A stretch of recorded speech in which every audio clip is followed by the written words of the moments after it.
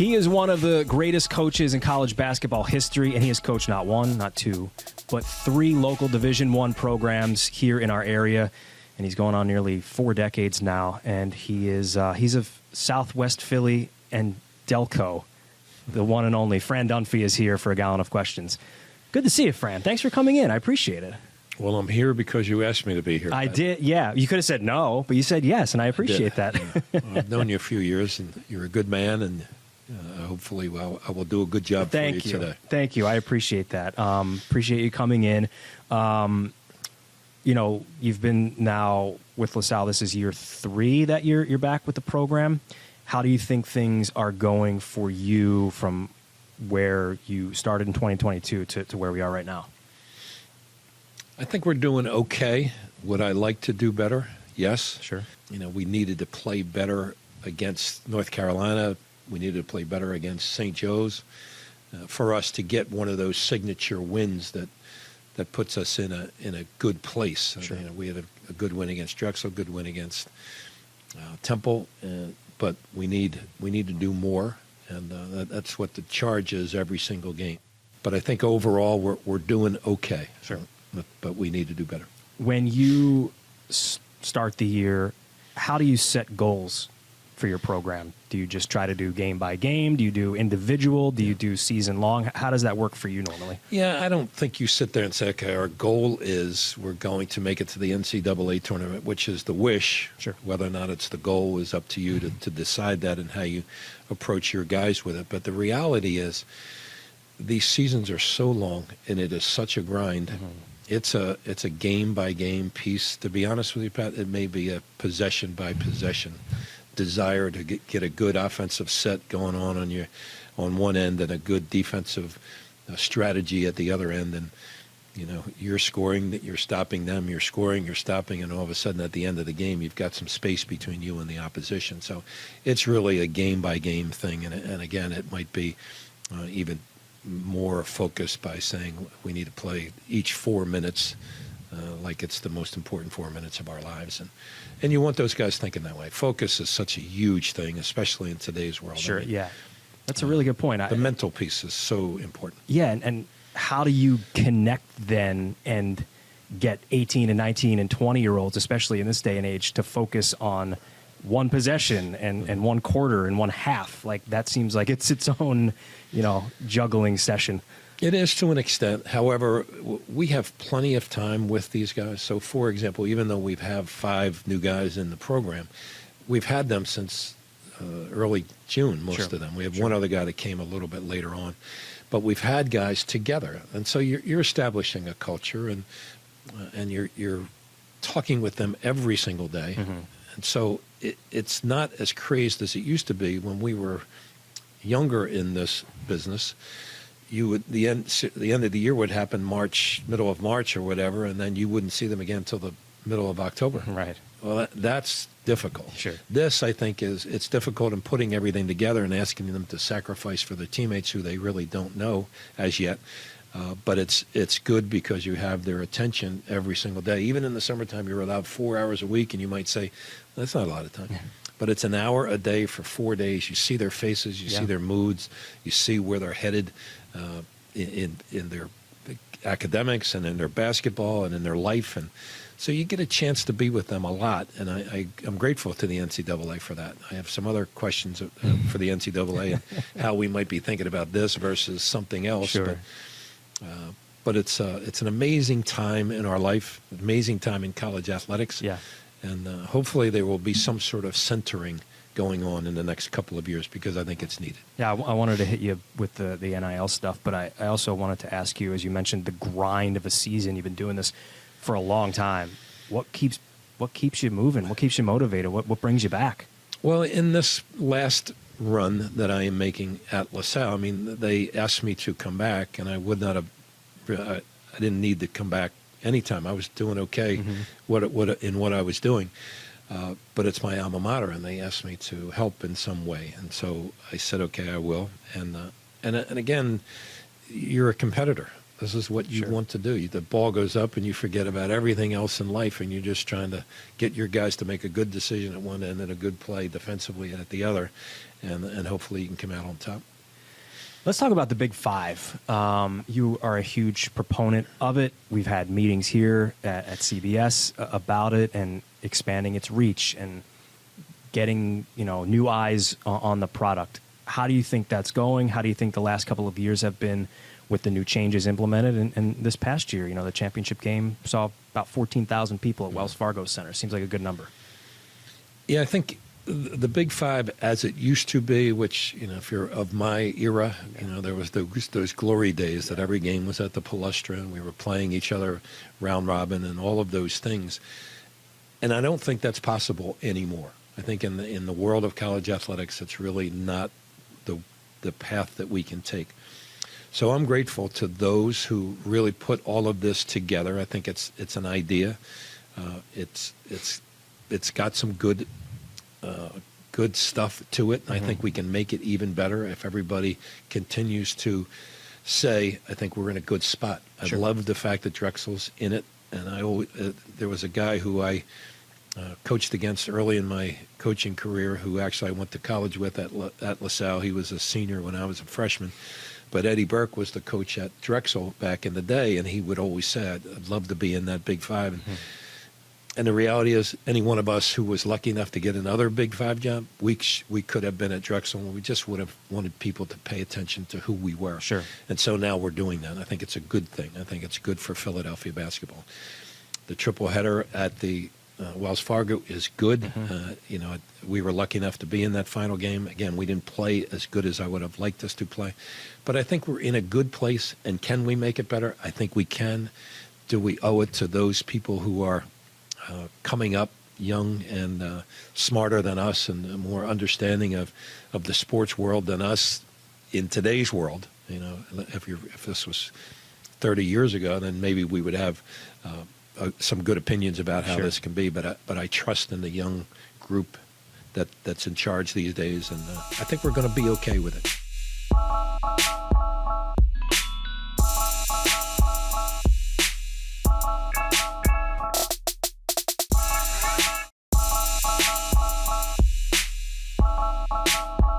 As Mr. Big Five, as the dean, mm-hmm.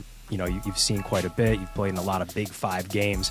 What's been your favorite part of being in that, immersed in Philly basketball over the years?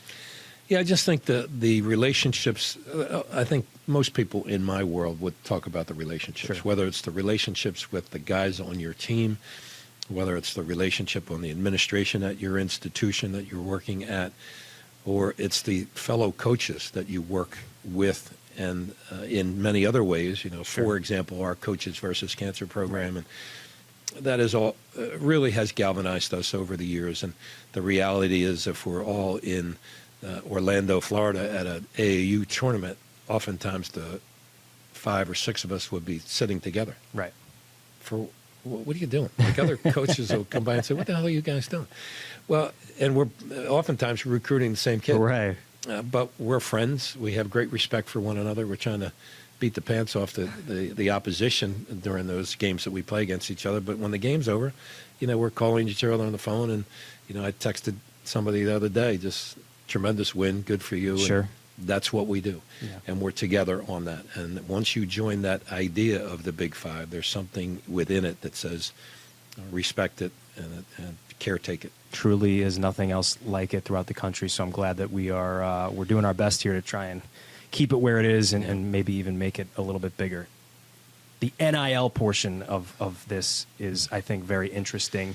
And as someone who has seen the game grow through the years in different directions, how difficult, I guess we can start with, is the landscape of college basketball right now for you in your position? Yeah.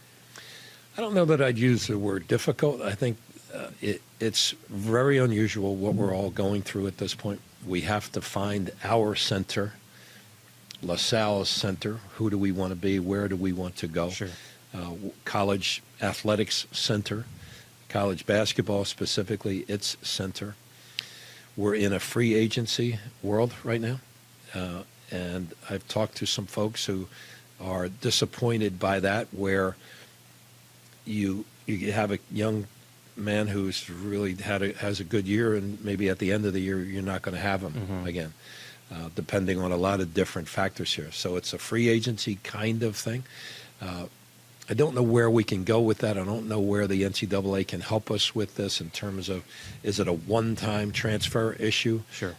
And I don't know, in today's world, is that even going to hold any water? Right, sure.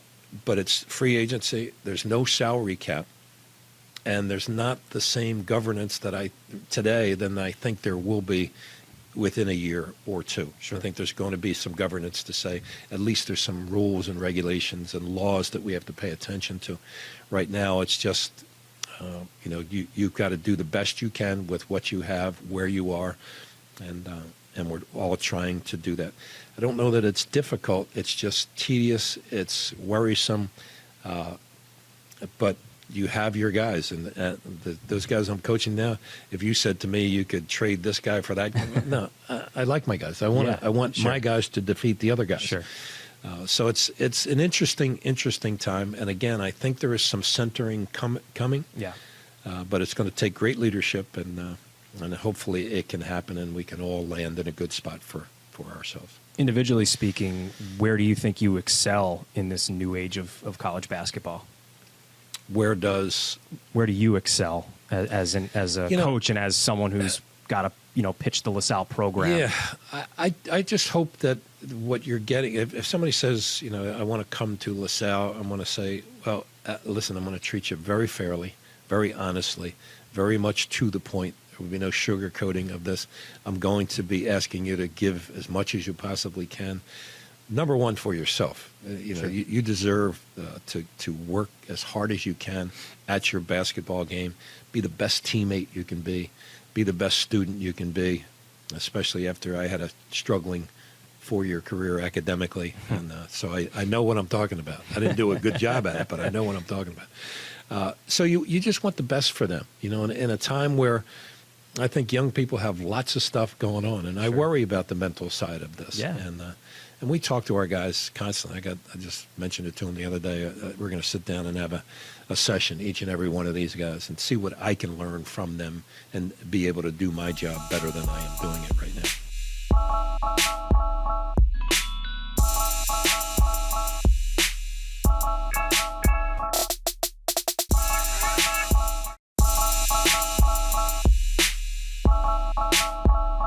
You kind of mentioned in the recruiting process, like this whole fraternity of Philly basketball coaches.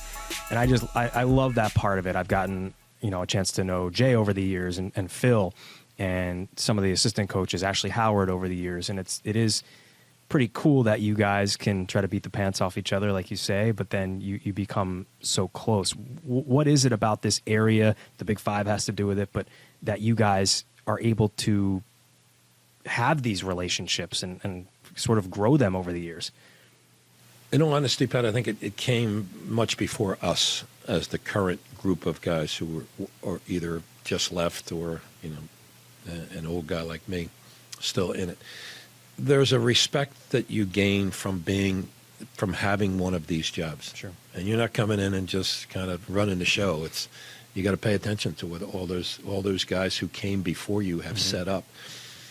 They, in those days it was simpler. They would probably play against each other and then have dinner after the game. Right. That's how crazy it was and how together that group was. And not only the basketball coaches, but the athletic departments and the schools and everybody was, there was more generic fans than there are today. But I just think you're joining this unique group of people, and the culture has been established, and you need to blend in with the culture. And I think everybody understands that. Well, in addition to that, I think the coaches versus cancer thing has helped us, the younger generation of the coaches that are there, because we do so many things, whether it's a golf tournament or a gala or a breakfast or a luncheon, or we're going to take our team up to the Hope Lodge and serve some meals, and Right. that kind of stuff is just I hope these guys remember that and how much good they can do with the platform that they have been giving, and we've all been given a platform, and that You're asking me today to be on this, So I'm appreciative of that, and I want to give you my heart and soul. And I think that's how we all feel about doing things for our institutions, Sure. for our city, for our Coaches versus Cancer program, all of that. It means something to us to coach basketball in this city, and I'm grateful for my opportunity. Nobody's been luckier than me.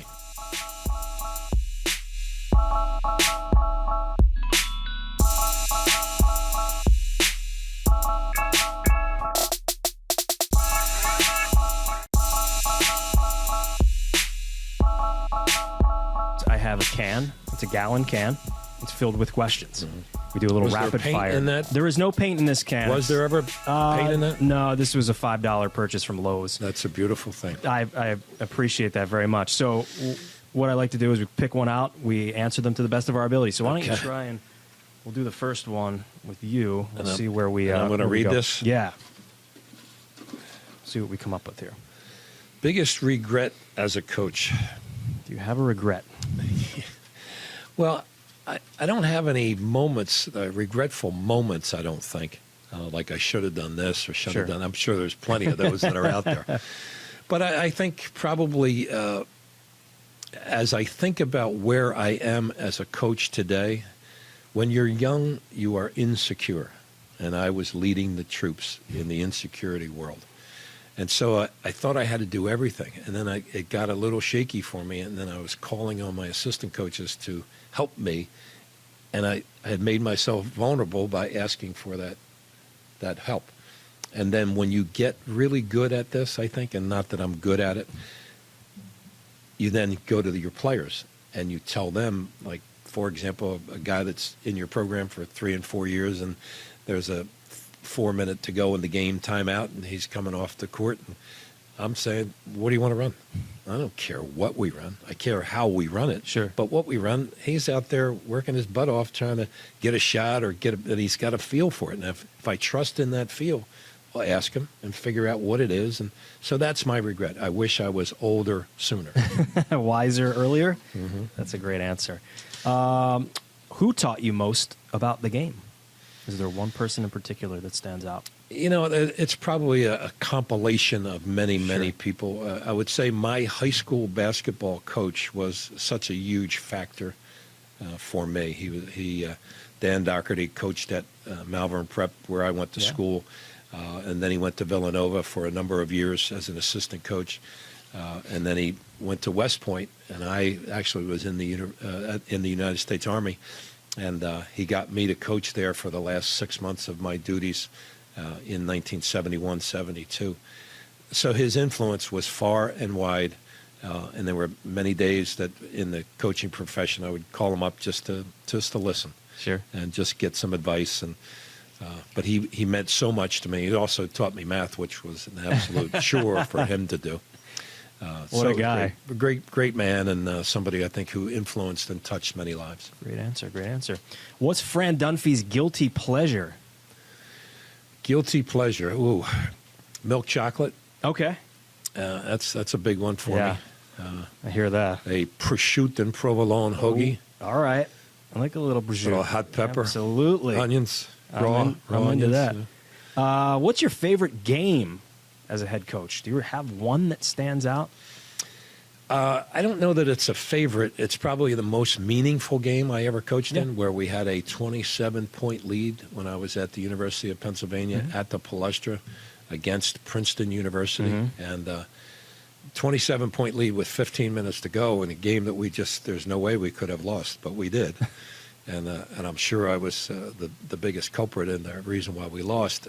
So at the end of the game, we lose by a point. And if you'd said, okay, I'm going to give you 2 more points, I would have sold my soul to the devil for it. But at this point, 25 years later, it's the most meaningful game I've ever coached in. And the most important part was that same group who played in that game, and we lost that game. Yeah. They won the next 7 games, and they went to the NCAA tournament. So I couldn't have been more proud of those guys of staying together. That's a great answer. Great answer. Favorite restaurant in the Delaware Valley? Do you have a place you like to go to? My wife and I go a lot to a place called Anthony's, a little pizza joint in Wayne. Yeah. Anthony's Yeah, coal fire pizza. Heck yeah. The salad is awesome. Ah, I love that. And again, I'm a prosciutto guy, so I get the prosciutto Get it on the pizza. in the pizza. Fran Dunphy, coffee or tea? I'm a coffee guy, decaf coffee, Yeah. but I can handle a Pico tea. All right. Decaf, I hope. A couple more here. If not a basketball coach, where do you think life would have taken you?